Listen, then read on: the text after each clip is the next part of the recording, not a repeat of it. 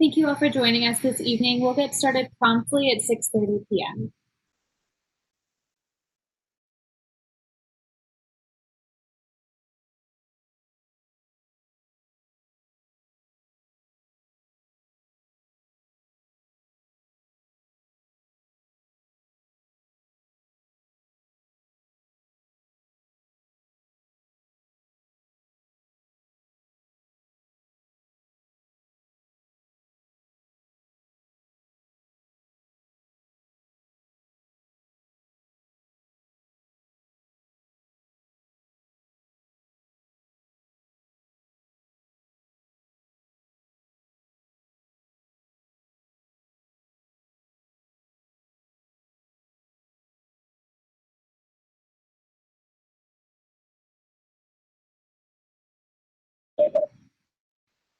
Hi there, for anyone joining us a few minutes early, we'll get started promptly at 6:30.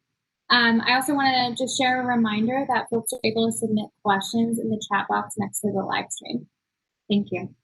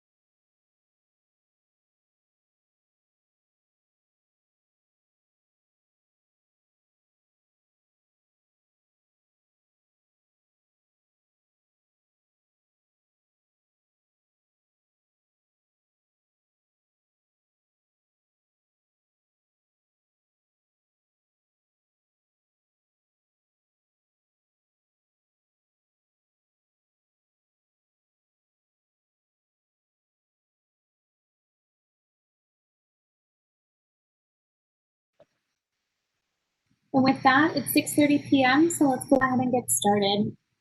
Good evening, everyone. I'm Emily Waddell with the Harris County Flood Control District's communications team. Welcome to tonight's conversation. The purpose of tonight's meeting is to inform you about an identified flood mitigation project in Carpenters Bayou and a federal grant administered through the Texas General Land Office that could help us fund it. I'm joined tonight by a team of Flood Control District leadership and subject matter experts to ensure we continue to keep you up to date on this and other important flood mitigation projects in your community. There are two ways to take part in tonight's meeting. The first is via phone by calling 855-925-2801 with meeting code 9782, or you can join us online at publicinput.com/Cloverleaf. Please note, if you're joining tonight's session via phone, you will not be able to see the presentation, maps, or exhibits. Those items are available on the meeting website. Please visit publicinput.com/Cloverleaf to access those materials. Additionally, there are three ways to submit a comment or a question about this project during tonight's session. You can submit a comment on this site in the box next to the live stream. You can also submit a comment on the Flood Control District's website at hcfcd.org/carpenters. And finally, if you're joining us via phone this evening, please press *3 to leave a voicemail comment. Any questions or comments not addressed during tonight's question and answer session will receive a response after the event. Additionally, after this meeting concludes, a recording of tonight's program and presentation will be posted to the Carpenters Bayou website at hcfcd.org/carpenters. The presentation will be posted in both English and Spanish. We'll begin tonight's meeting with a brief presentation about the identified flood risk mitigation project in Carpenters Bayou, which is located in the Cloverleaf area. This will be followed by a moderated question and answer session with the project team, where we'll address your questions and comments. Now, to continue our conversation, I'd like to introduce Alan Black, Director of Operations with the Flood Control District. Alan, over to you. Well, thanks a lot, Emily, and thank you everyone for joining us here this evening. As Emily mentioned, we're here to talk about an exciting opportunity to apply for federal grants through the Department of Housing and Urban Development. It's also known as HUD, and it would be to construct a proposed flood damage reduction project in your community. The grants are called Community Development Block Grants for Mitigation, or CDBG-MIT for short. Before we get into specifics, I wanted to set the stage a little bit. During the 2018 bond election, we made it clear that we would need funding partners to fully construct the projects on the list. Since then, we've also added additional projects to the mix that we know are needed to reduce flood risks across the county, including this one we're going to talk about tonight. We're committed to exploring all possible opportunities for additional funding to further flood risk reduction projects across our region. The Flood Control District works continuously to identify potential funding programs, and many of those programs are shown here in what I like to call the spaghetti model of federal funding. The federal government doesn't just come out and write us a big fat check and says, go do good work. Instead, they appropriate funding. They appropriate funding into various programs, and then we match our proposed projects to various program requirements. And I should say those requirements are very different from one program to another. So we apply for, advocate for, and sometimes compete against other projects for the available funds. And the funding source we'll be discussing tonight is the CDBG-MIT program. It's noted on the screen with a yellow arrow. Now, CDBG funding is administered at the state level by the Texas General Land Office, or the GLO. And tonight, we're reaching out for your feedback on applications we plan to submit to them. These funds are designated for mitigation activities, which are the types of projects we prioritize at the Flood Control District every day. Activities that increase resilience and help reduce long-term risks for the community. So applications are due by the end of October, and it's important to note that there are no guarantees we will be successful. But again, we're committed to bringing as much federal funding as possible to the county, and I got a really good feeling about this one. This really checks a lot of the boxes they're looking for, so I'm going to keep my fingers crossed. I want to emphasize tonight that tonight's meeting is not the only time you're going to hear about the Flood Control District on this project. With or without CDBG-MIT funds, we'll be coming back to the community to share updates as this project moves forward into preliminary engineering and design, including more information about specific plans, exhibits, and timelines. So you can think of tonight's discussion as a high-level preview of that effort. Now, we've been tracking this funding since it was approved by Congress more than 2 years ago as part of the Bipartisan Budget Act of 2018. In total, more than $4 billion was allocated to the state of Texas. And after navigating the lengthy federal and state processes, those funds are finally now available for entities across the state to apply for, including Harris County and the Harris County Flood Control District. And as you can see on this slide, we're currently in the community outreach phase, seeking feedback on proposed projects and the draft applications themselves. The official comment period is now open and runs through October 16th for these applications, and they are due on October 28th. Now here on the next slide, you'll see an overview of all the projects included in all of the CDBG-MIT applications, including the one we're discussing tonight, which is shown as the larger red star. We're hosting these meetings across the county to discuss these projects, gather feedback from residents, and continue the conversation about funding flood risk mitigation efforts across our region. Next up, I'd like to introduce Gary Bezimick, who will be discussing the identified project we're focusing on this evening. Gary, over to you. Thanks, Alan. The project we're discussing this evening was identified through a watershed study funded by dollars from the 2018 bond program that analyzed how water flows across the watershed and identified potential projects that may help reduce flooding risks in the area. The project we're discussing tonight, which is located in the Cloverleaf area, as noted by the red star on the map, was identified through that study. This project is recommended as the highest priority effort in the watershed because of its potential benefits to the area as a whole. As such, we're including this identified project in an application for CDBG-MIT funding, as Alan mentioned. While we are very early in the planning process for this proposed project, we are proposing a couple of things in the grant application. The first element is making improvements to the neighborhood's drainage system. This will help capture sheet flow and efficiently carry stormwater out of the neighborhood, with the goal of reducing the risk of flooding in streets and structures.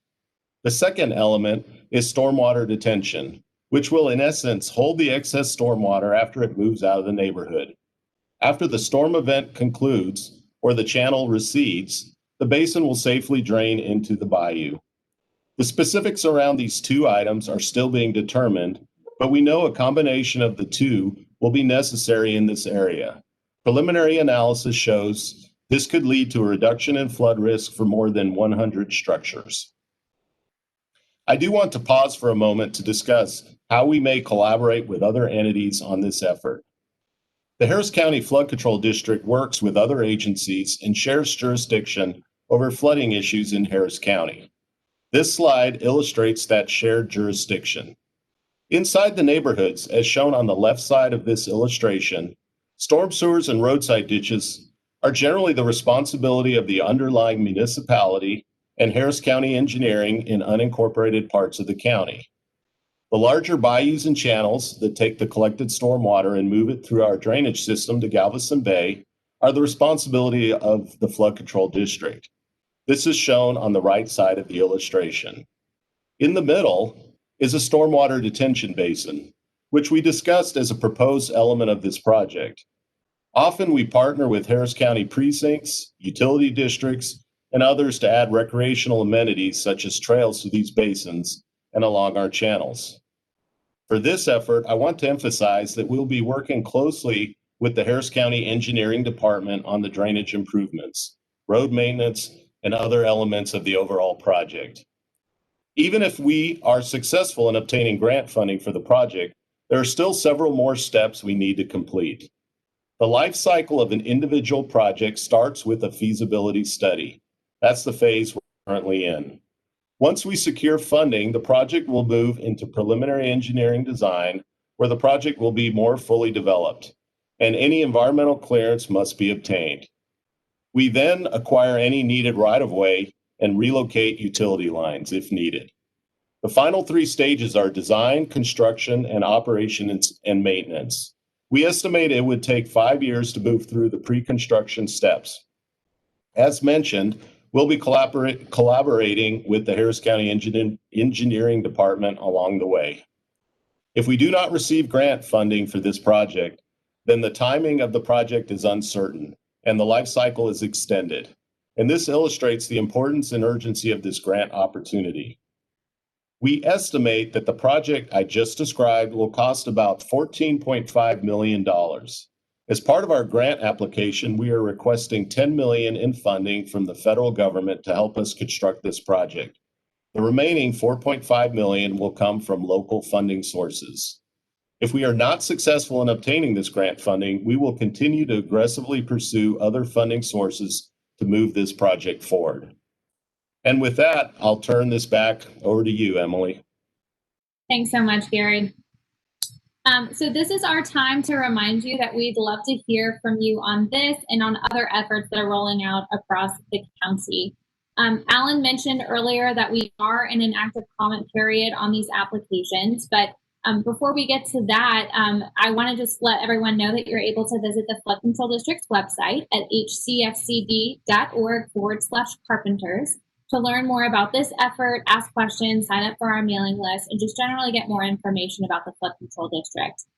Now, more information about the CDBG-MIT grant application process is available on our website as well at hcfcd.org/CDBG-MIT. And we encourage you to submit comments about these projects to learn a little bit more about the grant application process. There's a lot of information on that page. Now, Alan and Gary are joining us again for a question and answer session, along with David Parkhill and Jacob Torres with the project team for this effort. However, before we open it up to your questions, I just want to share a quick reminder that there are 3 ways to submit a comment about this project during tonight's session. Again, the first way is to submit a comment on the site in the box next to the presentation live stream. The second is on the Flood Control District's website. Again, that URL is hcfcd.org/carpenters. And third, if you're joining us via phone this evening, just hit *3. That'll let you leave a message and we'll receive it just as we will the text comments. Now, any questions not addressed during tonight's Q&A session will receive a response from the Flood Control District after the event. Now, let's open the floor for your questions. So, Gary, I'm going to start with you. Our first question comes from Mark, and he says that he lives on the extreme west side of the Cloverleaf neighborhood and wants to know if this future project could help to protect his house. Yes, the project limits that we are looking at are generally to the east of Hollywood Street, to the north of I-10, to the west of Beltway 8, and to the south of Alderson Street. So depending on how far west in the Cloverleaf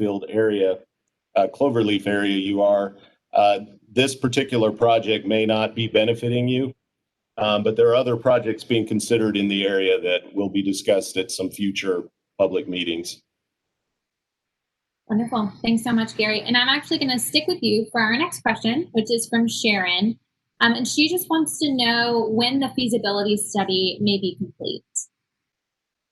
Well, this Cloverleaf project that we're submitting for a grant is currently, as is showing on the slide, is at the very first stage of our project life cycle, which is a feasibility study. But it's important to note that this project is coming to us from a bigger feasibility study of the entire Carpenters Bayou watershed. So the actual study that this is a part of is probably still a couple of months away before we'll have final reports. Now, the project that we're submitting for the grant application, which is a subset of our bigger study, is probably a few weeks away from being at a level where we pretty much know what it is. But the actual project itself will not be complete until we have final reports that kind of cover the entire Carpenters Bayou watershed area. So again, it'll probably be a few more months yet for that study to be totally complete. Thanks, Gary. That's helpful background. Alan, I'm going to come to you for our next question, which is a good one from Jim, sort of a chicken and the egg situation. He wants to know which comes first, the stormwater drainage upgrade or the detention basin? So very good question. Appreciate you joining us tonight and asking that. The short answer, and I'll give you the long answer. The short answer is we need to do the detention first, and then we can do the drainage improvements. But the reason we have to do that is that we live in a community, what's called a no-rise community. No project is allowed to transfer a risk to someone else. So no one can build a project that will make water get out of an area faster if it means that somewhere downstream, somebody else is going to flood that did not flood before. And so that's why we have to do things like mitigate it through stormwater detention basins. And so logically, you want to have that mitigation in place first, and then you can do the drainage improvements. So that's the long answer, but again, we'll have to excavate detention first, and then we can do drainage improvements that will capitalize on that extra volume. Thanks, Alan. That's helpful to understand the sequencing. Gary, I'm going to come to you next with a question from Stephen. He wants to know, understandably, why the project lifecycle can take a little while. He wants to know if the study phase can be accelerated and move into construction more quickly. Yes, we are always looking for opportunities to accelerate all of our projects. But one of the biggest things that it takes for us to actually do a project is we have to obtain property and right-of-way. What's what we call right-of-way. So when we're building, say, a detention basin, we have to figure out how we're going to actually implement that and where. And the other thing that takes a long time, aside from obtaining property rights, is also moving utilities. So underground, there are a lot of pipelines, water lines, various utility lines, cable lines, and we have to coordinate with all of the owners of those to make sure those things are cleared out of the way in such a way that they can continue to function, but that they're not in the way of our project. So that coordination, in addition to the time it takes to do a design, is what really takes the longest portion of time. So I think we talked about that these projects are multi-year projects, and we do always, though, look for ways to accelerate everything to try to get it out as fast as possible. Thanks, Gary. And I am actually going to stick with you for our next question. It comes from Jill, and she notes that we mentioned stormwater detention in the presentation, and says that she has concerns about a structure like that potentially filling up and flooding the neighborhood. Can you talk a little bit about how that works, or how we design against that? Yes, well, I mean, all a stormwater detention basin is it's kind of like a parking lot, if you want to think of it that way, for the water. So in the case of this Cloverleaf area, this area the homes were built well before the modern day sheet flow requirements that a neighborhood would have to have. So during large rain events for these older neighborhoods, water will tend to stand pretty deep on the streets, and you get a lot of street flooding. And in a newer neighborhood, an engineer designing that neighborhood would have to figure out how to move that water via the streets and get it out to somewhere. And so in the case of this project, the concept is we would try to be collecting the water with some kind of underground system, and then taking that water to a place where we could store it. So sometimes that can be stored in larger size pipes underground. Sometimes it's in a detention basin. Sometimes it's in a combination. All of those type of concepts will be looked at as we go into preliminary engineering and then final design. But generally, what we're going to try to do is put that in a fashion where we are not creating and inducing flooding somewhere else. Thanks, Gary. That's helpful, and a helpful reminder that we're still very early in the process. And speaking of being early in a meeting, I want to just give a quick reminder of how folks can submit a comment during tonight's session. So there are 3 ways. The first is in the chat box that's just next to the presentation live stream if you're joining us online. You're also welcome to visit the Flood Control District's website. Again, that's hcfcd.org/carpenters. Or if you're joining us via phone this morning, I'd encourage you to just hit *3 to leave a message, and we'll receive that just as we would a text comment. So I want to go ahead and continue our Q&A. Alan, we're getting a couple of questions, namely from Martha and Devin, asking when we'll know if we get this grant funding, and then what happens next. Sure. So I'm going to start with an illustration of the timeline. You can see that the funding became available in 2018, and we're finally able to submit our applications. And so that's an illustration of the fact that federal funds do flow a little bit slower than local funds. But that being said, there are actually, to give you a little bit of insight into the multiple programs the GLO is running. So they've actually got a huge $2 billion program and then a couple of smaller programs. And flood control is applying projects to all of the different programs. This particular one is going to a smaller program. So we are hopeful that it might be reviewed, hopefully approved, sooner than those going to the bigger program, because our best guess on the big program is maybe summer of next year when we hear a yes or no. So work our way backwards a little bit. Hopefully, maybe we'll hear a little bit sooner, maybe by the new year. It's hard to say. I'll also offer that in all of the grant programs that have been set up since Hurricane Harvey, every single one of them, when they receive applications, has been what we call oversubscribed. And that is, they get far more applications than they have money to give out. And so that will also work against the timetable, because every project needs to be given its fair shake and has to be reviewed and scored and ranked. But the good thing is the GLO does have a pretty clear scoring system that will allow each of the projects to be compared and contrasted transparently. We'll get to see I presume we'll get to see our score eventually. And so we'll just have to wait and see for that, but probably somewhere after the new year, but hopefully not as late as summer for as it will be for more like the bigger program.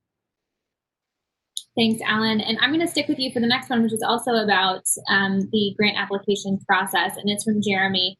He's asking if there will be opportunities for residents to comment before the grant deadline. And I'd like to expand that question a little bit and also ask, how those are incorporated into the submission. Sure, great question. Thank you for asking that one, because it's important to know that the community has a voice. We are currently in an official 14-day public comment period for all of our applications. You can comment either through that website or through this project-specific website. All of these comments are pulled together, and where appropriate, if we need to make adjustments to our application, we can. These applications are due at the end of October. Time will be a little bit tight, but if there is something that the community is keenly interested in that we can incorporate into this grant application, we want to do that. And so I'll expand a little bit also and say that this isn't the only time that we're seeking input from the community on this or any other project that flood control does. We don't reach out just because we have to as part of a grant application. We reach out for the community input because it's the right thing to do.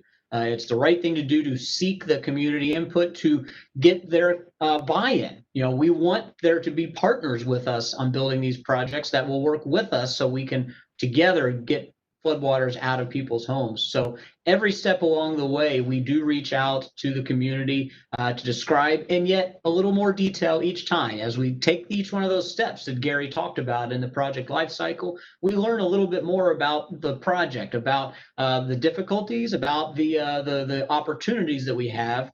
And we want to make sure that the community is engaged every step of the way. So you'll be able to participate in these meetings going forward. At each step, we will have community engagement meetings, and we look forward to hopefully someday being able to interact with you guys in person. But of course, for now, we're in the virtual world, and we appreciate you joining us.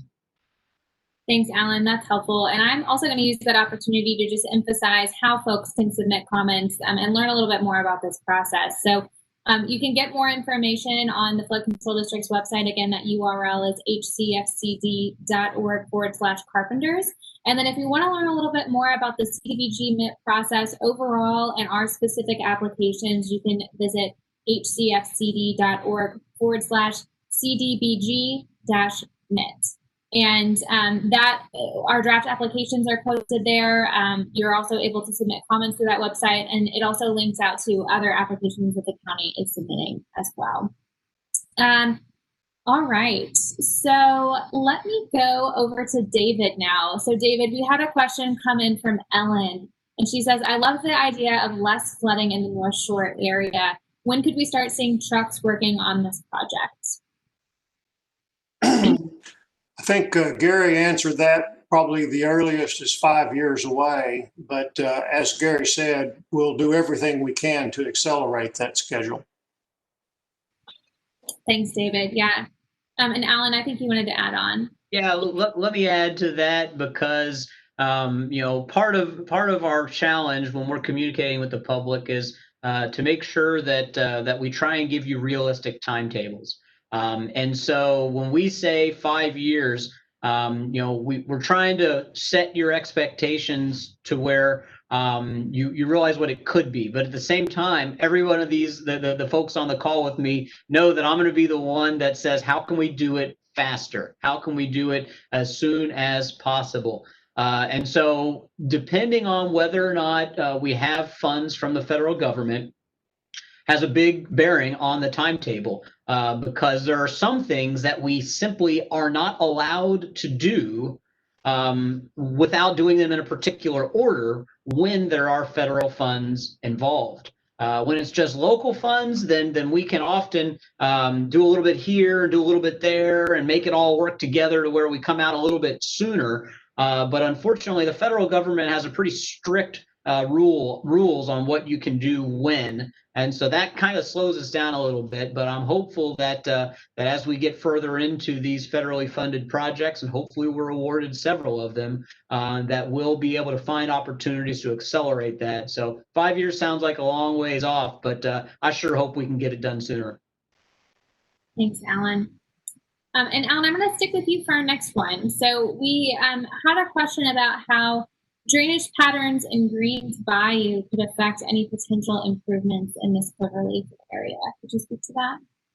I'm going to ask Gary to handle that question. I think he's got a better grasp on the drainage patterns, or perhaps even to David or Jacob. Well, I'll let David and Jacob jump in after I answer at least what I can tell you. The Cloverleaf area, which is kind of, I'm not exactly sure where the exact boundary on the west side is, but it really is made up of two watersheds. There is the lower part of Greens Bayou that kind of covers from Greens Bayou channel itself over to kind of around Hollywood Street, give or take. And to the north, there's Alderson Street. That's kind of the northern boundary of Greens Bayou. So once you get to the east of that, as you head towards Beltway 8, you suddenly come into Carpenters Bayou. And if you go north, north of Alderson Street, you're back in Carpenters Bayou. And so we've kind of learned some interesting things.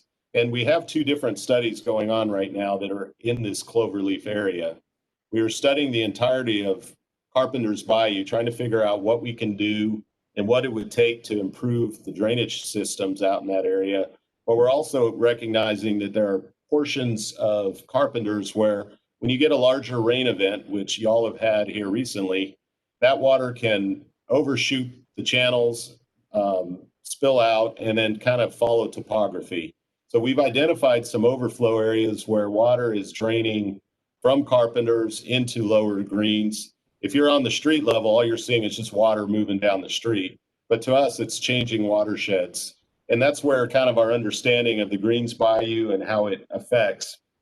So we're trying to study. The first thing we have to do in feasibility is really identify what the flooding drainage problems are and what is the source of the water. There's different ways an area can flood. You can have water spilling out of the channel, which can happen along Greens Bayou and some of the channels out here. But you also have issues where water is trying to get to the local drainage ditches, and the path that it follows can also cause flooding. That's typically where you're going to see the street flooding. And so one of the things we do in our feasibility studies, especially in an area like this that has two different watersheds, is we have to run different computer simulations, look at the topography, look at the capacities of the channels so we can identify what is causing the biggest problems out here. And then once we can identify what the problems are, then we have to run through, okay, what are the solutions? The more densely developed an area is, the more difficult it is to try to figure out solutions. But that's what we do. You know, we try to find those solutions. So kind of circling back to the question, you know, how does the topography? Well, the topography basically is what is going to drive the direction the water is going to go.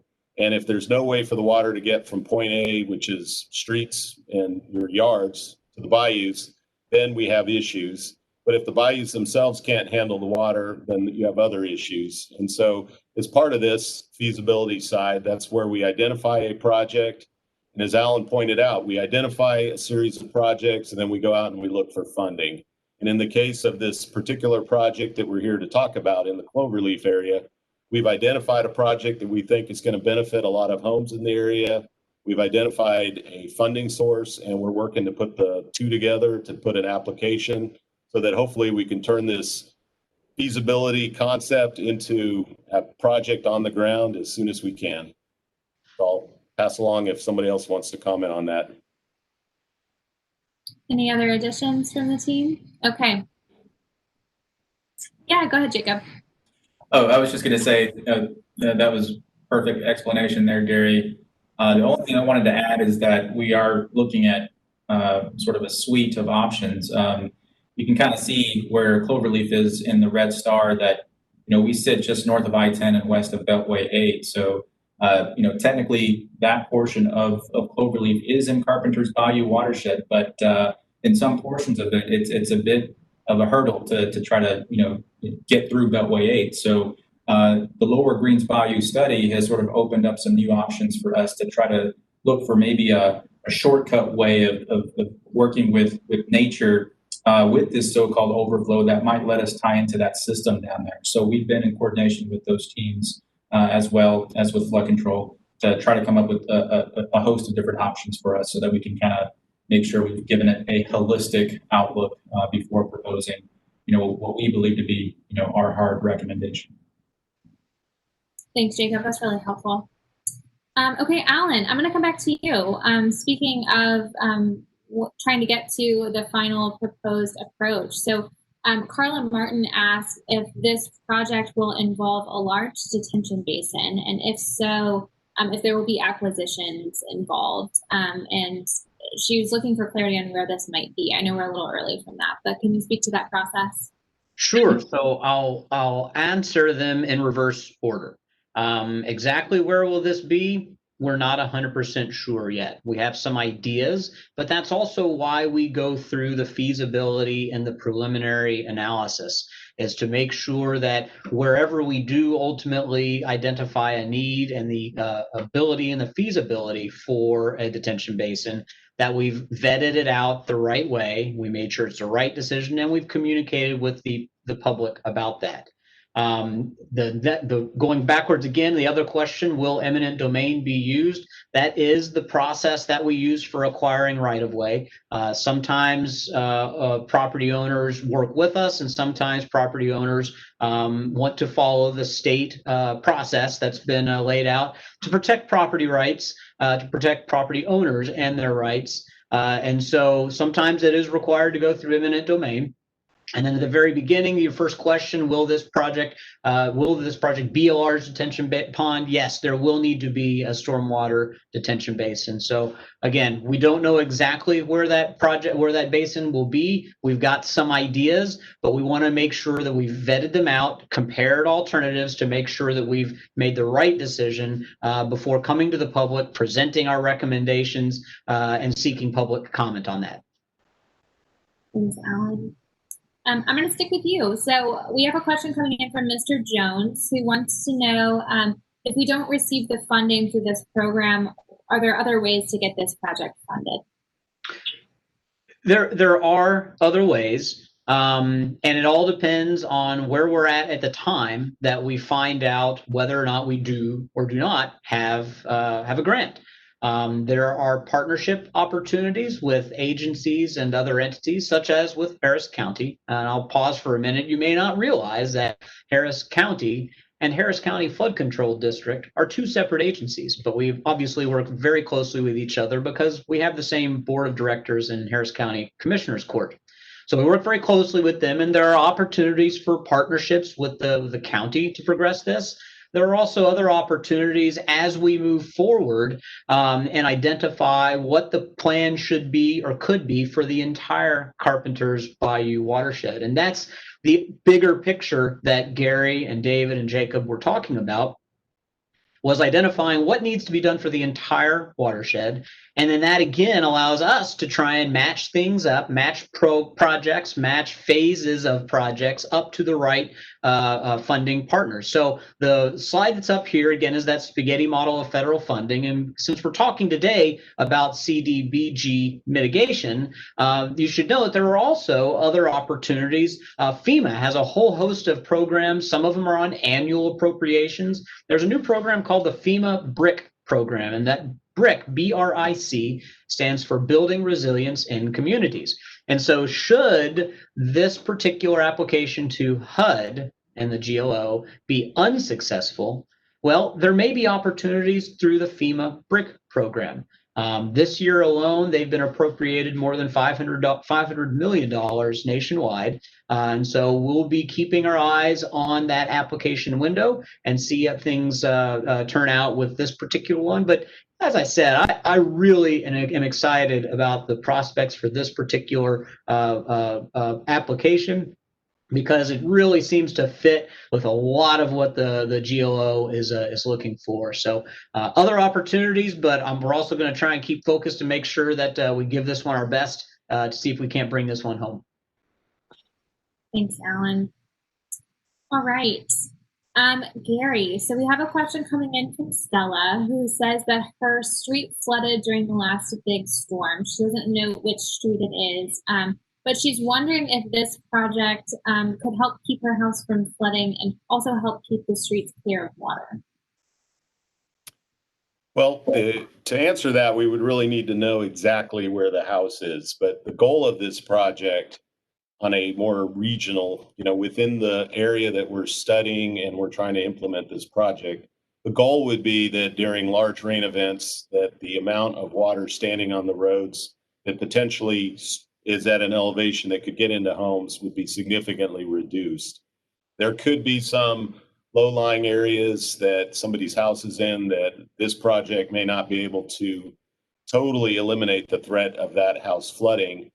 But, generally from multiple roads that are in this study limit area, we would expect that most of those homes would have a much higher level of protection. So the only way we'd really know a specific street or home is we'd have to really take a look at, as we move through the design, how much protection that area would get. So I would be hesitant to say that somebody's house would never flood.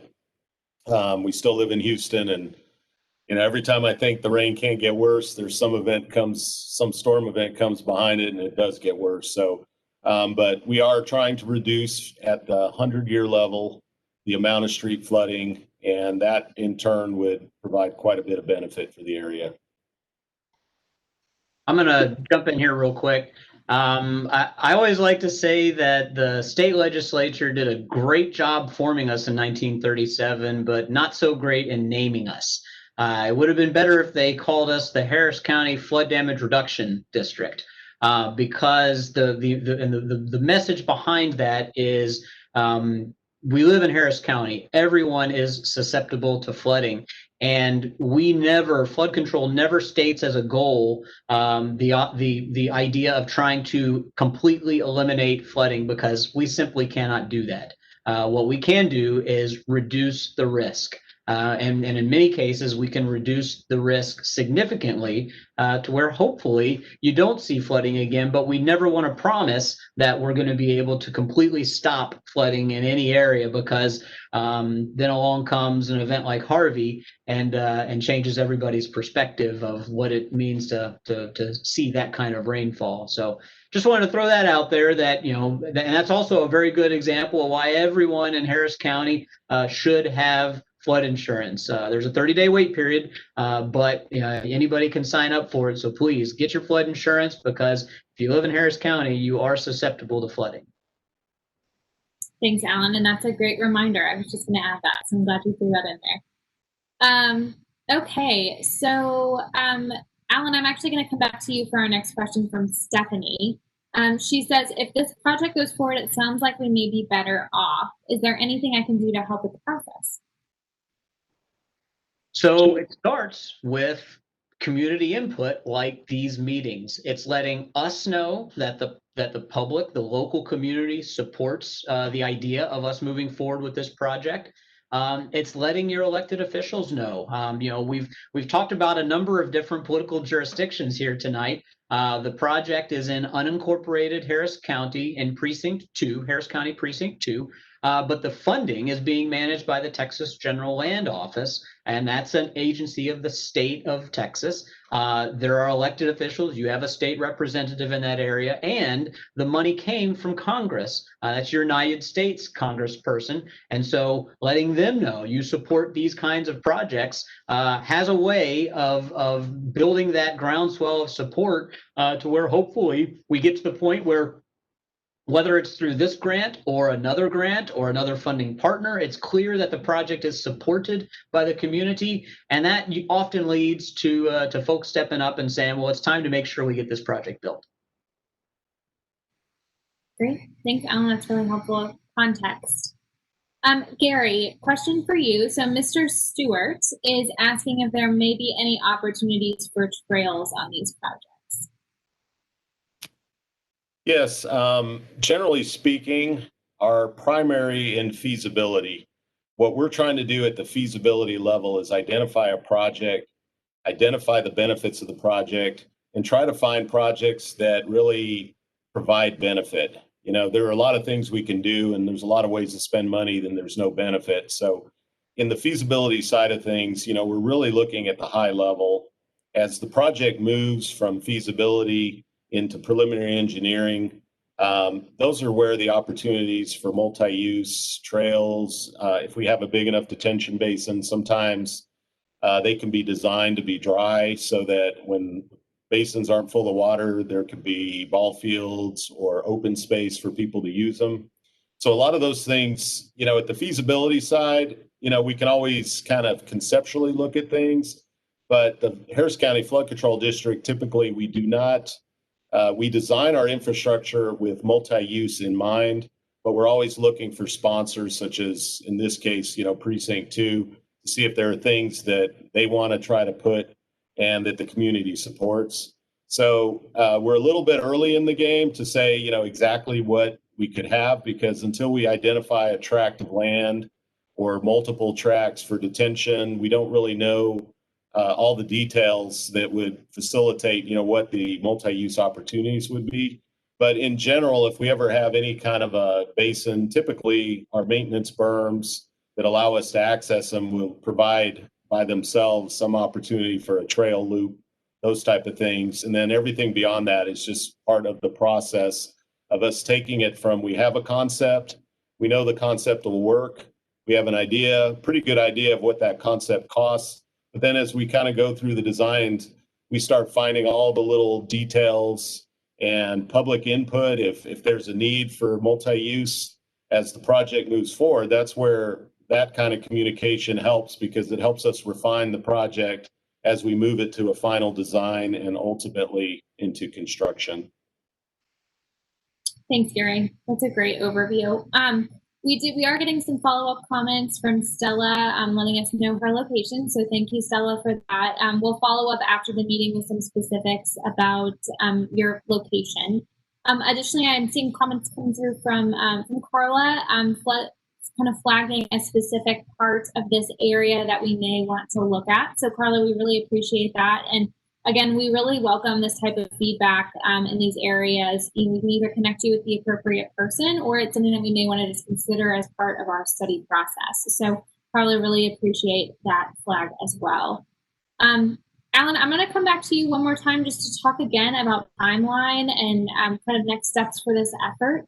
And we're going to give folks a couple of last chances to submit some questions, and then we can wrap things up for the evening. Sure. So the timeline, again, we talked about how we got to where we are today. This application window has been open May 28th, and in fact, today has been a really hectic day here at Flood Control District, because while the applications aren't due until the 28th, we have to go to Commissioner's Court and seek their approval for submitting these applications. And so today's my deadline for getting those items on Commissioner's Court for the October 13th agenda. Now, it still has plenty of opportunity to make adjustments to the actual applications, but this is where we'll seek Commissioner's Court authorization to submit the grant application. After those grant applications go in, and I should say that across the county, you saw all those different stars, all those different projects. It's more than $1 billion worth of grant applications that we are seeking. Now, we're not delusional. We don't for a minute think that we'll be awarded all of those, but we're hopeful that we'll get a pretty good slug of money in to help complement the bond funding and the property taxes you pay every year for our capital improvements program. So anyway, applications due at the end of October. Again, this being the smaller program, maybe we'll start to hear word by the end of, or excuse me, by the beginning of next year. But really, if we're at worst case, it might be by the end of, or rather into the summer. But here's the other thing: is that we have committed money to the study. We can commit local funds to continuing some of those design efforts that will help us get a leg up and be a little bit further along by the time, hopefully, the funds become available. So again, we do what we can to try and further these efforts while the processes that are out of our control work their way through the system. So sometimes we're able to do that, sometimes we're not. This is certainly somewhat an opportunity that we'll look into. But if it isn't until next summer, then we'll start the work next summer, and then we'll keep on going. It is a long, critical path item. Gary talked a little bit about it earlier. The things that causes the most time are right-of-way acquisition and environmental permits, because we have to complete a certain amount of our studies to make sure that these are the properties we need to acquire, and ask Commissioners Court to authorize us to do that before we start that process. Once we start any right-of-way acquisition, it can take 12 to 18 months to work its way through the system. Again, that's a state regulated process. And then also we have to acquire environmental permits. Anytime that we're potentially impacting jurisdictional wetlands, that's regulated by Section 404 of the Clean Water Act. Those permits for those sorts of impacts can take another 12 to 18 months. And so you can see that all the while we're doing this design, we're trying to run things concurrently, but there are some things that just have to happen in a certain order. And so that's really why we under promise at 5 years and hopefully over deliver at something shorter than 5 years on delivering a project like this. Thanks, Alan. That's really helpful. And as we're winding down, I'm not seeing any additional questions coming through. I did just want to close with a quick reminder of how folks can continue to stay up to date on this project and submit comments, as well as to submit comments on the overall applications themselves. So one more time, that URL for this effort specifically is hcfcd.org/carpenters. If you visit that link, you can learn more about this effort, other efforts in the watershed, and sign up for the mailing list so that you can stay up to date on future efforts happening in this region. Additionally, you can learn more about the CDBG-MIT grant application process and the projects that we're including in these applications, all those stars that you saw earlier that Alan mentioned. You can visit hcfcd.org/CDBG-MIT. There you can submit comments about each of the projects that are included, visit the other county websites to learn more about efforts across the board. But really, we want your feedback, and we want to make sure that we're including that in the applications. Additionally, just as one final reminder, we will be posting the video from tonight's session, so you can refer back to it if you'd like, as well as the presentation and materials that we've walked through tonight. Those will be posted in English and in Spanish. And with that, we really thank you for joining us this evening. Thank you for your engagement on this effort as it continues to move forward. We look forward to continuing this conversation in the future, and we hope everyone has a wonderful evening. Thanks so much.